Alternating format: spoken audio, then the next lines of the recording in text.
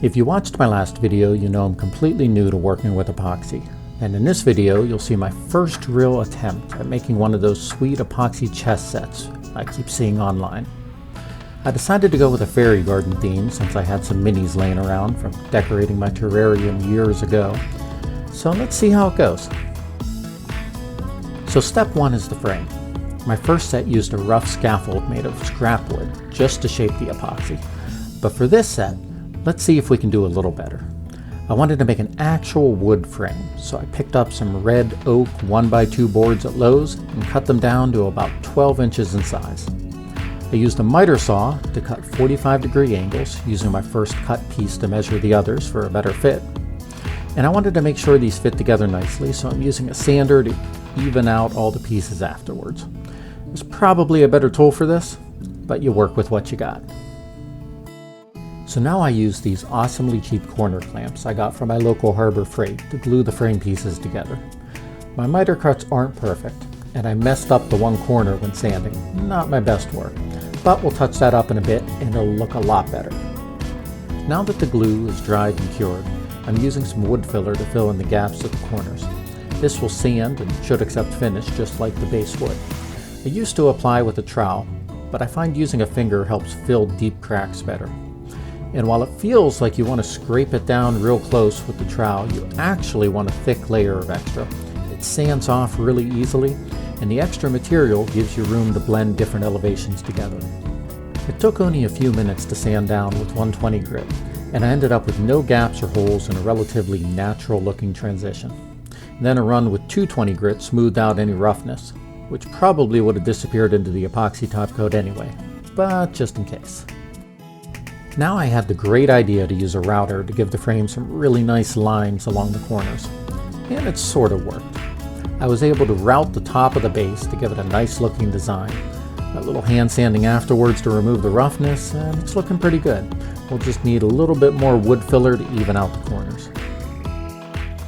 But I didn't do the top frame like I originally planned. I had actually made up two frames, planning to make two chest sets, and I ruined both the top and bottom piece with the router. I'm not 100% sure why, but all my previous experience with the router was with pine, which is a much softer wood than this oak, so that may have led to the splintering that I kept experiencing. I like the way this came out, but I don't think I'd try the routing again next time, or maybe I'd just try a simpler bit. The routing cut deep, far beyond where the wood fill made it, so we have gaps at the corners again. The complex shape prevents us from simply smudging the fill on and sanding it flat. So instead, I'm pushing it in, wiping off the excess with my other finger, and then using a damp paper towel to wipe it clean. This particular wood fill responds perfect to a damp cloth like this, and after a few hours of drying, a tiny bit of hand sanding leaves the corners looking great. I want this set to be lit from underneath with LED lights, so we're going to use a clear acrylic as the base and just leave it attached.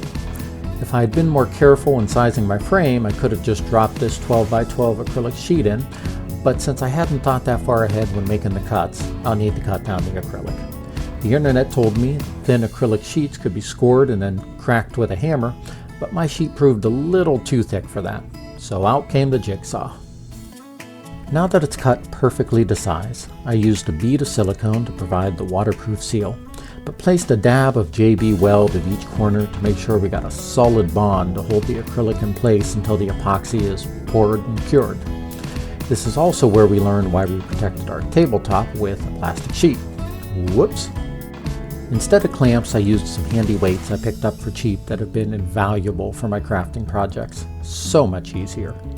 And because I'm a bit paranoid of leaks, I'm going to place another silicone barrier around the outside of the acrylic as well. This is a forest scene, but I'd really like a river that I can place some bridges over.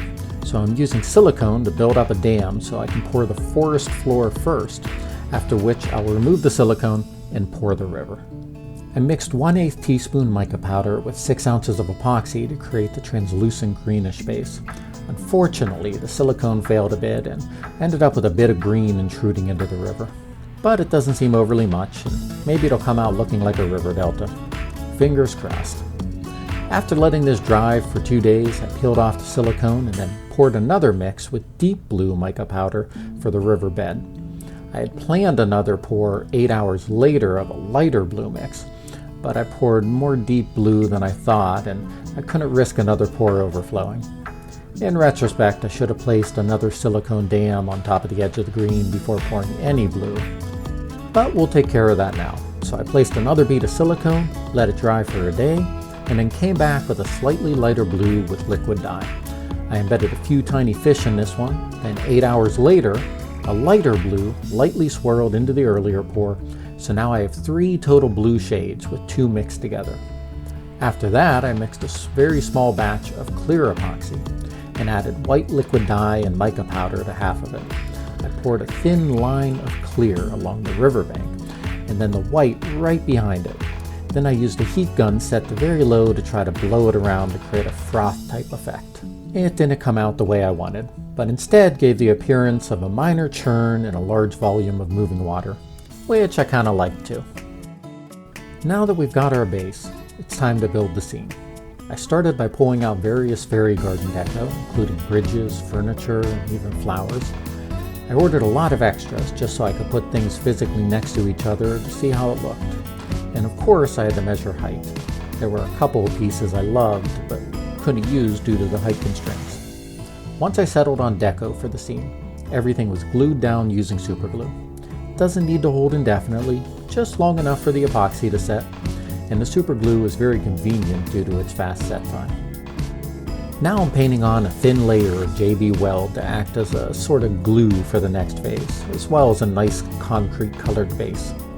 You can see I laid out a path from the sitting area to the bridge with flowers. I ordered some 1 to 2 millimeter gravel for a 2-scale gravel path, and I'm dribbling that over the epoxy, and then spreading and cleaning up with a Q-tip. Once the epoxy cures, the gravel should be held pretty well. Next I have this awesome fake moss that I'm coating the rest of the scene with. I have some live sphagnum that I considered using, but anything living can decompose over time, even encased in epoxy, and I want this scene to be evergreen.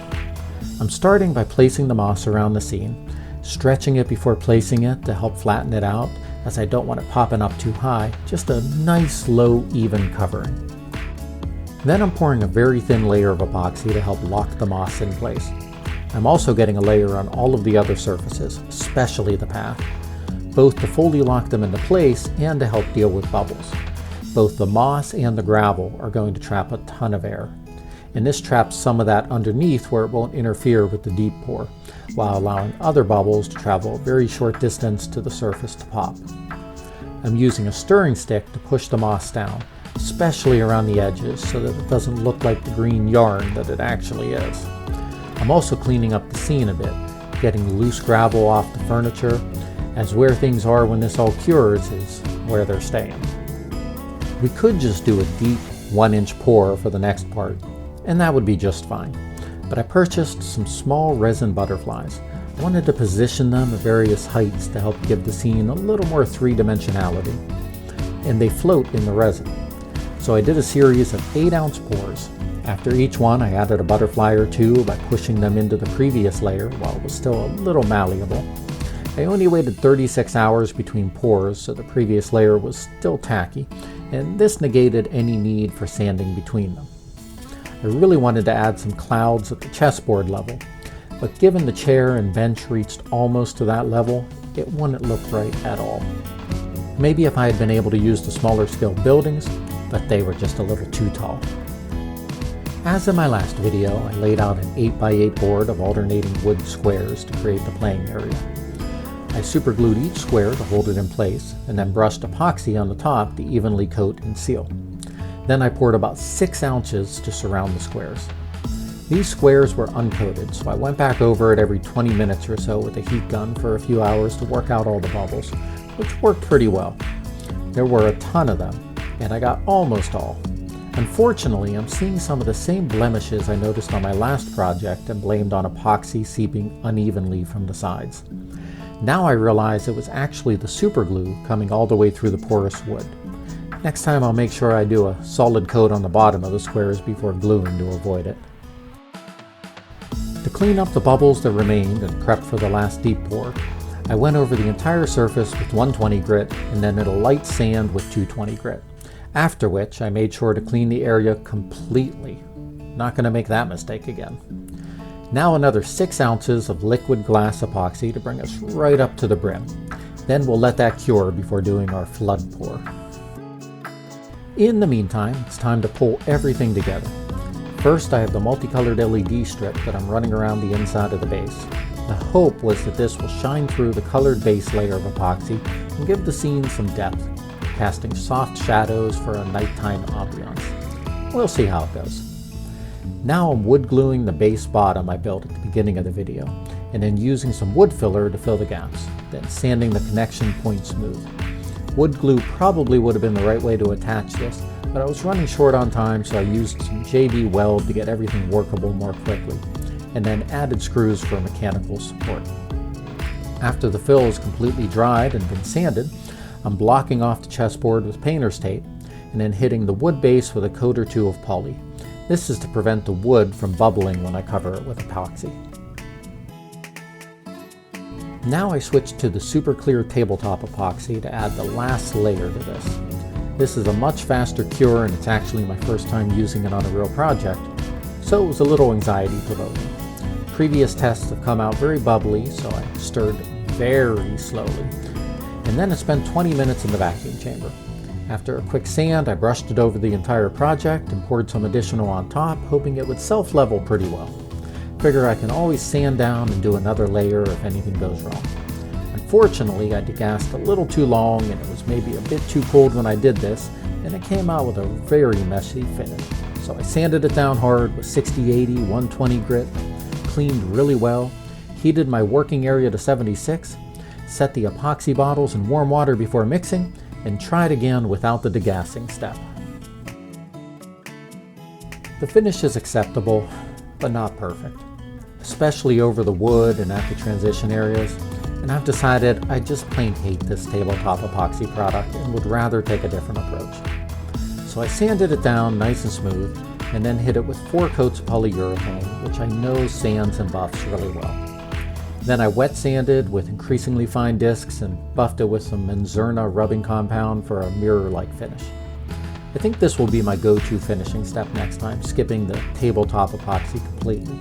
Unfortunately, all the sanding and fighting with the tabletop epoxy has left some imperfections in the surface, but at least now I know for next time. While that whole mess was going on, I took a whack at the chess sets. For the dark set, I decided to try something a little different. I mixed a medium shade green and dark shade green at the same time, then poured the medium shade into the chess molds to fill them about 2/3 of the way, and then let the dark shade sit in its cup for about 8 hours. Then I poured the dark shade in and let them cure together. I was hoping for a nice swirl, but I still just can't seem to get that effect right. For the light set, I opted to use some of the fake moss, inset into a completely clear pour, then poured an opaque base for the pawns. And for the other pieces, I used the 8 leftover flowers instead of moss, all held in place with pieces of wire. I was worried about the imperfections in flower placement, but the epoxy isn't perfectly clear, and the end result came up looking pretty good. When I finally turned on the lighting, I found it shining far too strongly through the moss, which I wish I had applied much more thickly. But although this set didn't come out perfect, I've learned a lot about how to better design and build my next set. And this one may not be exactly what I was hoping for, but it's got its own unique charm.